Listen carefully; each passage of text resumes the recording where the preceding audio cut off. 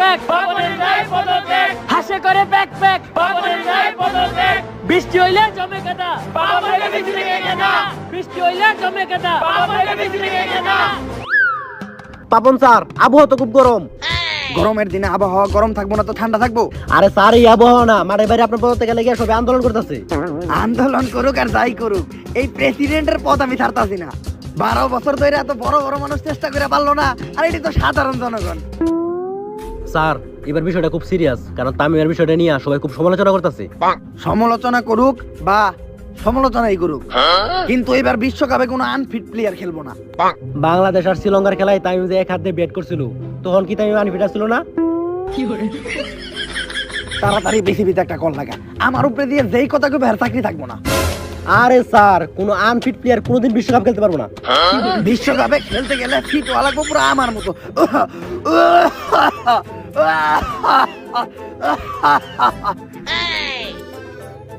আরে এটা কিছু না, সকালবেলা আমি আমার দক্ষার ওষুধটা খেতে ভুলে গেছিলাম। আমাগো স্যার পুরা ফিট, স্যারের মতো ফিট প্লেয়ারই বিশ্বকাপে দরকার। আর তোরে একটা জিনিস দেখাই, এই যে iPhone 15 pro max golden addition পুরা বিশ্বে এক পিসি আছে, তাও আমারে বিরাট কোহলি দিছে। চুক্তি হইলো বাংলাদেশ আর ইন্ডিয়ার ম্যাচে ইন্ডিয়ারে জিতাই দিব, জিতানোর পরে BMW দিব। স্যার, আপনি যে গোপন বিষয়টা ফাঁস করলেন, ও যদি কাউরে কয়ে দেয়? আরে না, ও কইবো না, ও হইলো আমার খাস লোক, ওর উপর আমার পুরা বিশ্বাস আছে। হ্যালো, আরে পাপন স্যারের লগে ইম্পর্টেন্ট কথা কইতেছিলাম। পাপন স্যারে বিরাট কোহলি 15 প্রো ম্যাক্স দিছে, বাংলাদেশ আর ইন্ডিয়ার ম্যাচে ইন্ডিয়ার জিতানি লাগিয়া, আজ জিতানি পরে BMW দিব।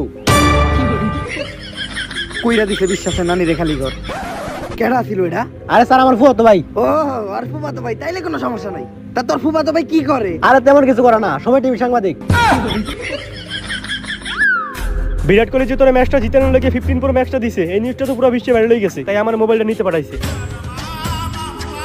বিরাট কোহলি অতীতের সব কথা ভুলে গেল। আমি তো ছোট্ট একটাই ভুল করেছি, ছোট্ট একটা ভুলের লেগে আমার কাছ থেকে 15 প্রো ম্যাক্সটা নিয়ে গেল। এর প্রতিশোধ নিতে হইব। সবসময় আমি ইন্ডিয়ার জন্য খেলতাম, এইবার আমি বাংলাদেশের জন্য খেলবো। বাংলাদেশের জন্য খেলে বাংলাদেশে জিতাম, কিন্তু এই টিম নিয়ে বাংলাদেশে ওয়ার্ল্ড কাপ জিতানো সম্ভব না, তাই আমার একটা নতুন টিম বানাইতে হইব। ক্যাপ্টেন সাকিব আল হাসান কই? সাকিব আল হাসানরে ডাক দাও। স্যার, সাকিব আল হাসান তো শোরুম উদ্বোধন করতে গেছে। বুঝছি, ক্যাপ্টেনের দায়িত্বটা এখন আমারই পালন করতে হবে। এইটাই আমাকে বাংলাদেশি নতুন টিম, যেই জায়গায় একটা ওয়ান ফিট প্লেয়ার নাই। হ স্যার, দেখেই বোঝা যাইতেছে সবগুলা টাইমের চেয়ে বেশি ফিট। ফিট থাকবোই বানাকে, সবার চিকিৎসার দায়িত্ব তো আমি